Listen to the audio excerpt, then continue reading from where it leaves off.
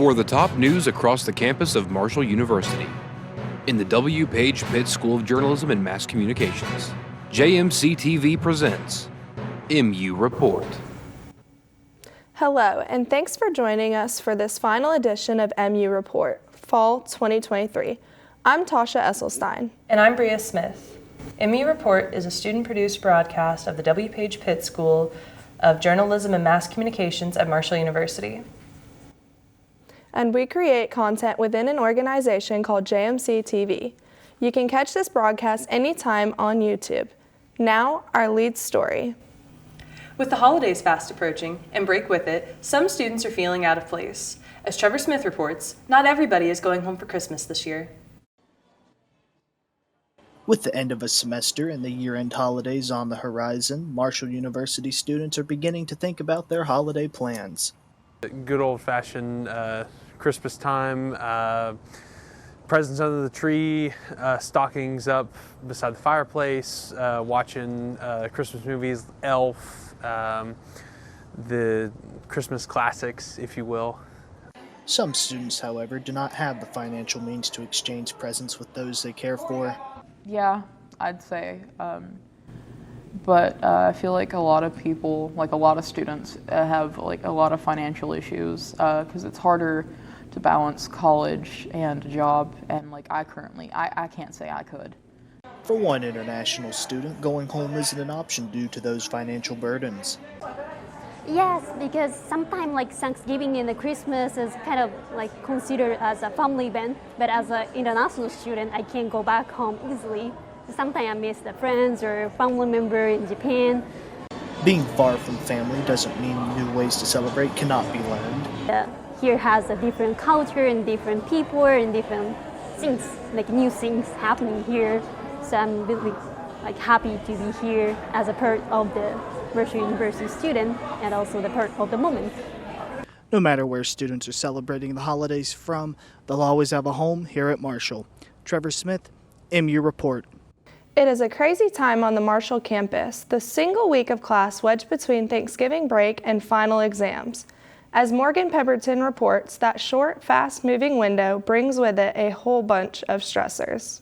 Thanksgiving break had students visiting family while also worrying about assignments that needed to be turned in during the week. 3 classes that I had homework for, so it was much of a break because I'm a big procrastinator, so I didn't do it.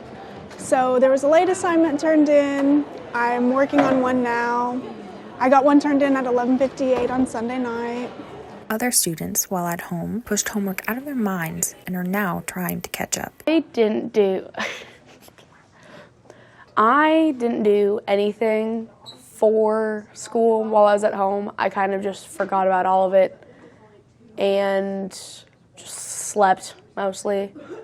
And now I'm trying to play catch up, and I've been pulling, not all-nighters, but I'm awake until 4 or 5 every morning and just trying to get work.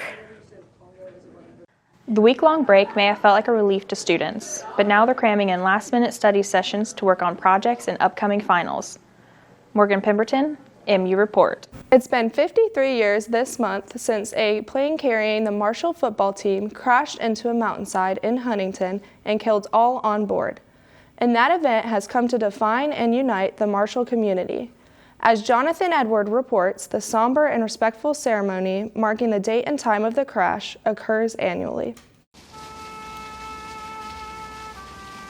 The 2023 Memorial Fountain Ceremony on Marshall's campus marked 53 years since time stood still within the Huntington community. For the family members of those lost in the tragedy, the memorial ceremony serves as a reminder that those who perished will not be forgotten. It helps. It helps. I'm sure he'd be proud of us because we always show up. He drove from Ravenswood every year, but he's passed away now. So I go to help him. I come for them. As the years go by, members of different generations view the impact of that fateful day from different perspectives, but reflect nonetheless. I saw a busload of elementary school students from Boone County were here today, and one of these days, all the people that remember this, like me, and people my age, 60s and 70s, we're going to be gone. When things aren't going well, there's a lot worse stuff that could happen, right? And so for me too, just personally knowing some of these family members, I have a 2-year-old now, and some of these folks were 2 when they lost both their parents. It just puts things in perspective, right?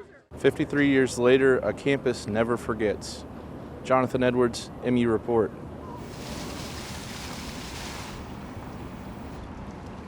The incident that changed the Huntington community continues to elicit sympathetic responses decades later. But how much or how little does the crash influence current students? And how much do they know now that so much time has passed?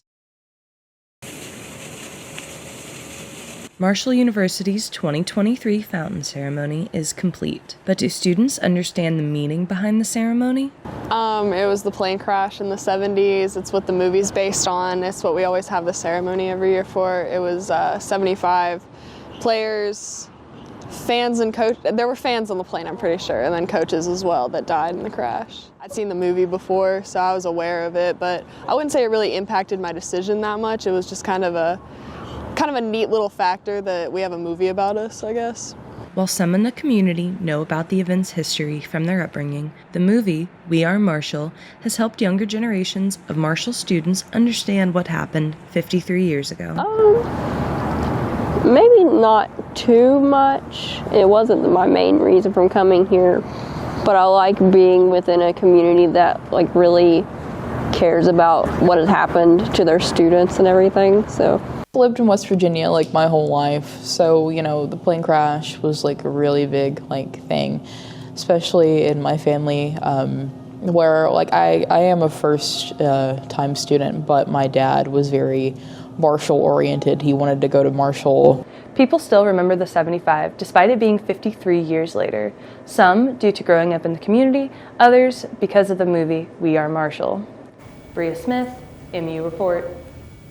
The last story is about money. Specifically, a novel way Marshall fraternities are using to make the high cost of membership less, painful. As Trevor Smith reports, it's simply a matter of taking a pie to the face. The price of everything has risen for Marshall students, even for one fraternity that believes a pie to the face can help with those financial burdens. Oh, it is awesome. Well, I just pied a brother. It was fun, and I liked that I was contributing to a good cause. Every pie purchased went towards financing the National Honor Band fraternity, Kappa Kappa Psi.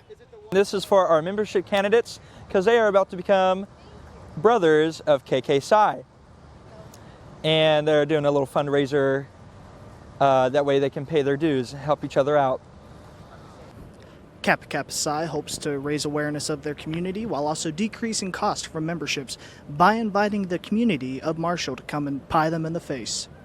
For this, we just put the whipped cream on the plate, and that's a normal $2 one. But then we can go over here, and for $3, we can add some sprinkles.